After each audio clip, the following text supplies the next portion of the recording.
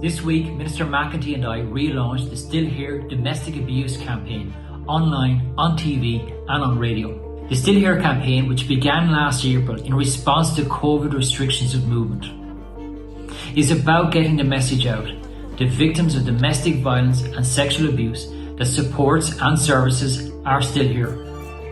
It is also about getting the message out that travel restrictions do not apply to victims of domestic violence, sexual abuse, or where there's a risk of harm to you or to any other person.